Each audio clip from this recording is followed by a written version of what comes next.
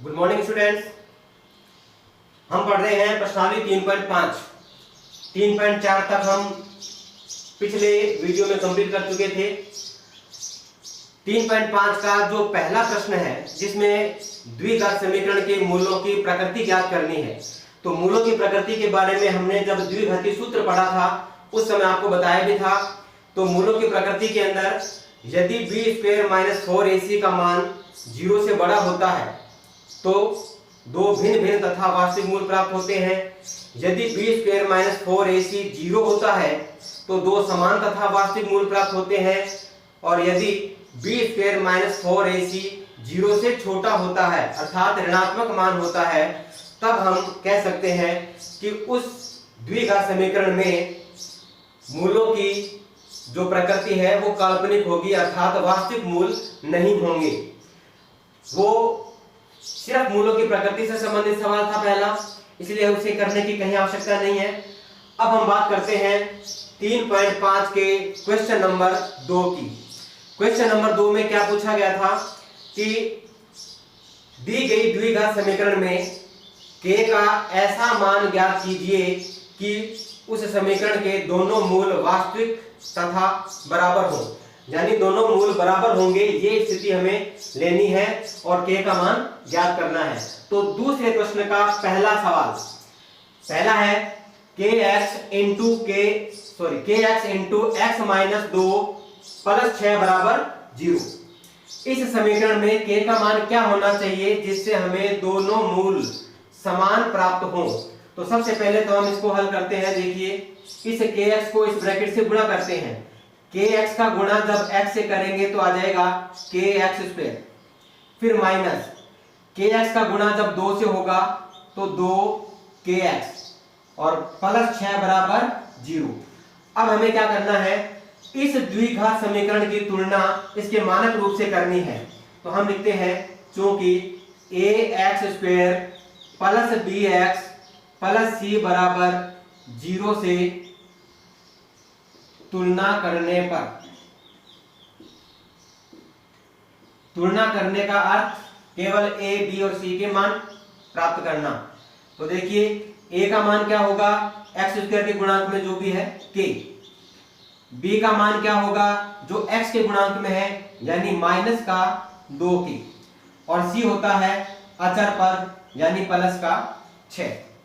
अब चूंकि दोनों मूल वास्तविक हैं, चूंकि दोनों मूल वास्तविक तथा बराबर हैं,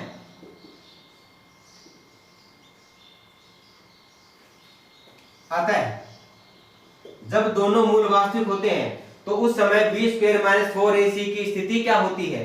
देखिए, समान मूल प्राप्त करने के लिए b² - 4ac क्या होना चाहिए, 0 के बराबर। हमने प्रकृति में पढ़ा था कि यदि ये स्थिति होती है तभी हमें दो समान तथा वास्तविक मूल प्राप्त होते हैं। तो यहां पर हम मान रखेंगे और उसको 0 के बराबर लेकर के हल करेंगे। तो सबसे पहले देखिए b का मान क्या है, माइनस का 2k।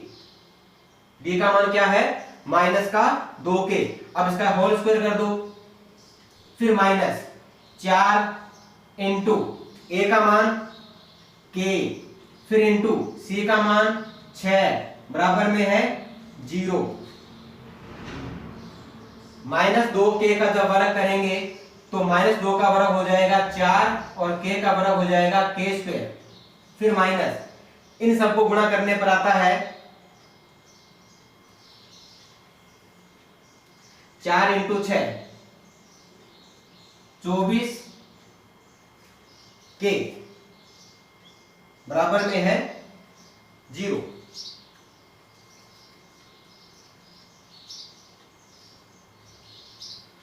अब देखिए यहां इन दोनों में से जो संख्या कॉमन है उसे बाहर निकालते हैं। तो कॉमन क्या आ रहा है, 4k। कॉमन क्या आ रहा है, 4k।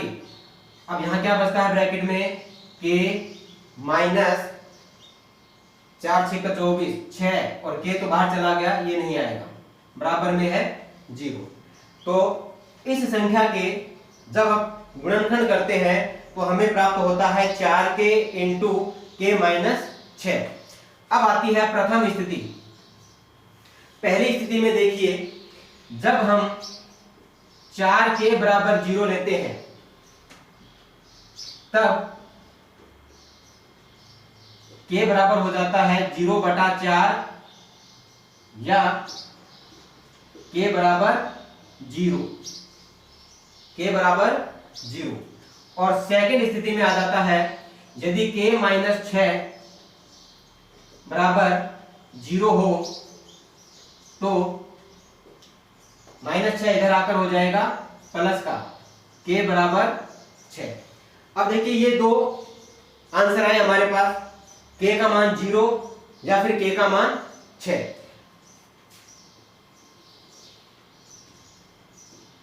चूंकि इन दोनों में से हो सकता है दोनों मान सही हो या एक सही हो।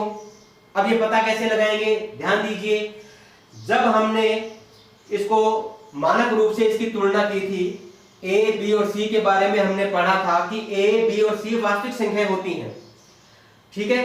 परंतु उसके अंदर एक प्रतिबंध ये भी था कि जो a है वो कभी भी शून्य नहीं होता है, a इज नॉट इक्वल 0 होना चाहिए। अगर हमने k की जगह 0 लिया, यानी हम पहले मान की बात कर रहे हैं, यदि हमने k का मान 0 लिया है तो यहां 0 रखते ही ये एक्स स्क्वायर भी 0 हो जाएगा, अर्थात एक्स स्क्वायर का जो मान है वो पूरा का पूरा खत्म हो जाएगा, ये एक्स स्क्वायर का पद ही समाप्त हो जाएगा। तो ये 0 तो यहां पर संभव नहीं हो सकता, क्योंकि ये a की वैल्यू हो ही नहीं सकती यहां पर। तो फिर 6, हाँ ये हो सकता है कि k की जगह 6 आ जाए, तो हमें यहां लिखना पड़ेगा, क्योंकि k बराबर 0 संभव नहीं है।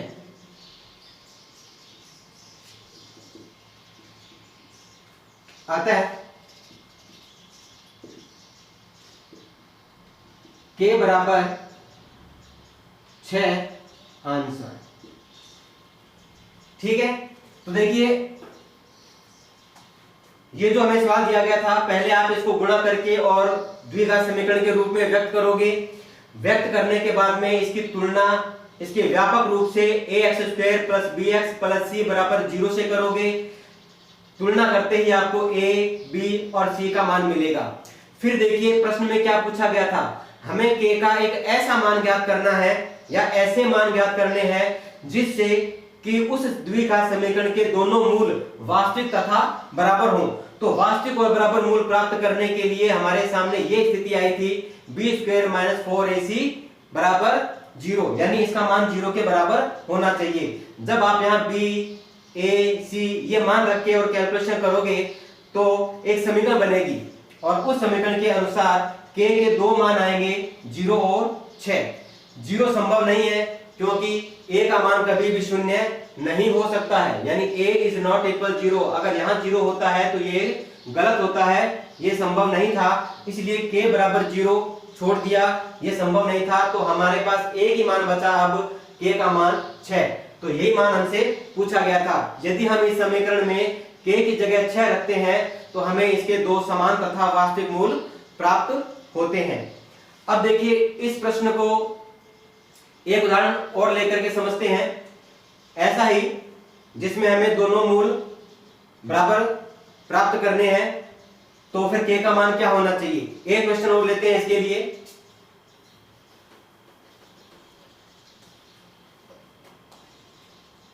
यहां बदलाव कर देते हैं, देखते हैं प्रश्न के अनुसार।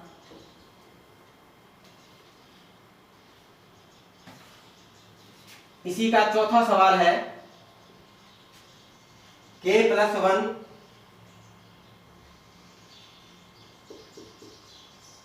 X square, k plus 1 x square minus 2 k minus 1 x plus 1 बराबर 0।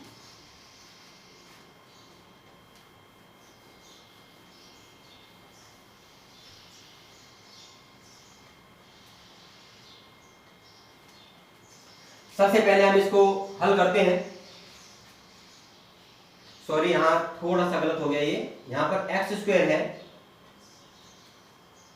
k प्लस 1 एक्स स्क्वायर, फिर माइनस।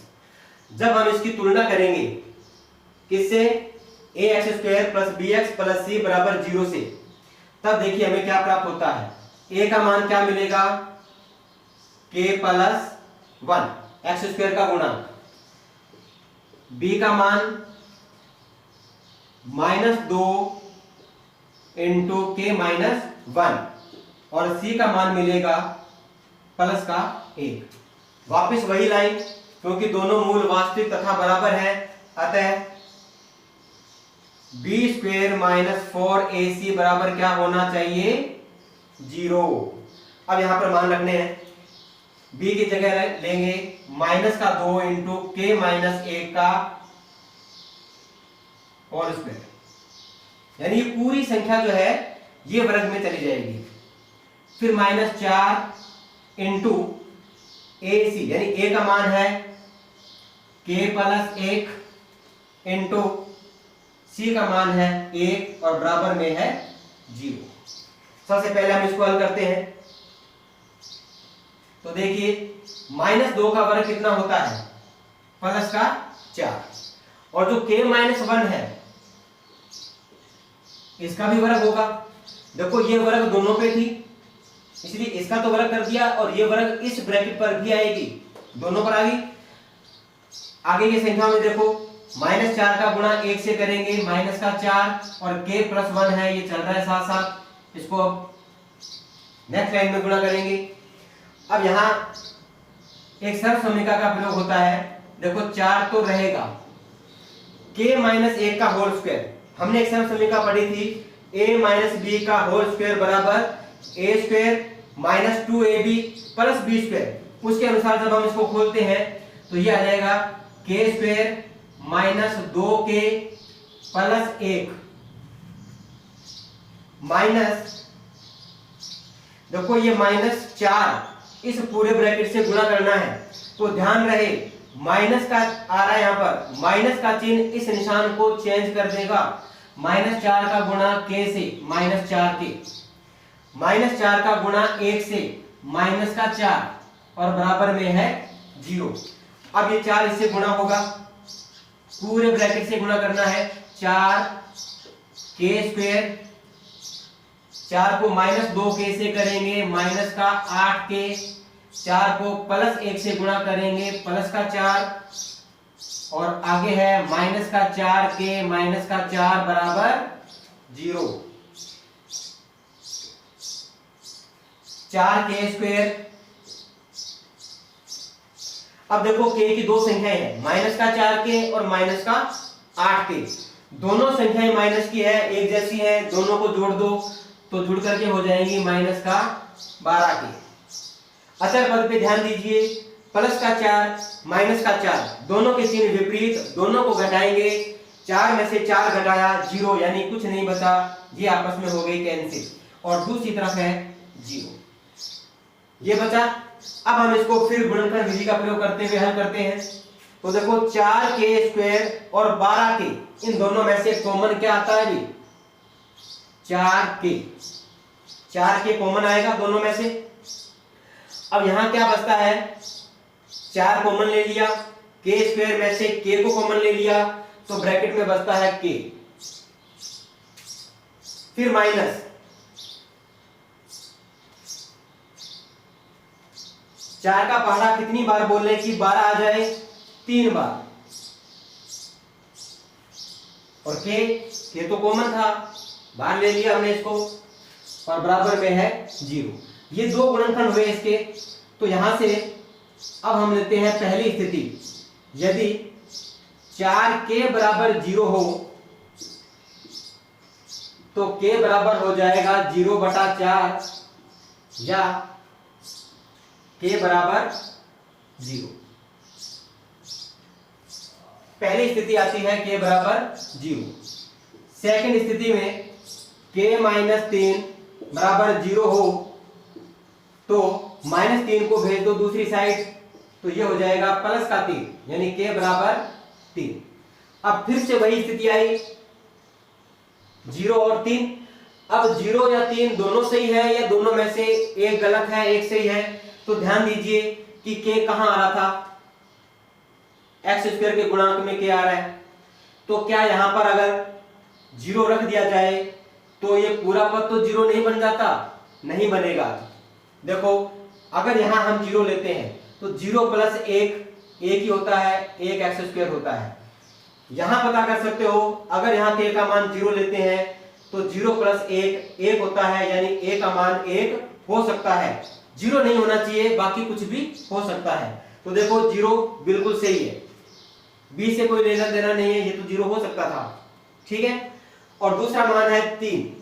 अगर यहाँ 3 रख दिया जाए तो 3 और 1 4, तो a का मान 4 भी हो सकता है, a का मान 1 भी हो सकता है। तो हम कह सकते हैं कि k के ये दोनों मान सही है। आता है k बराबर 0 तथा k बराबर 3 आंसर। तो ये है k के दो मान, दोनों मान कोई भी लेकर के देखोगे तो आपको इस द्विघात समीकरण के दोनों मूल वास्तविक तथा बराबर ही प्राप्त होंगे।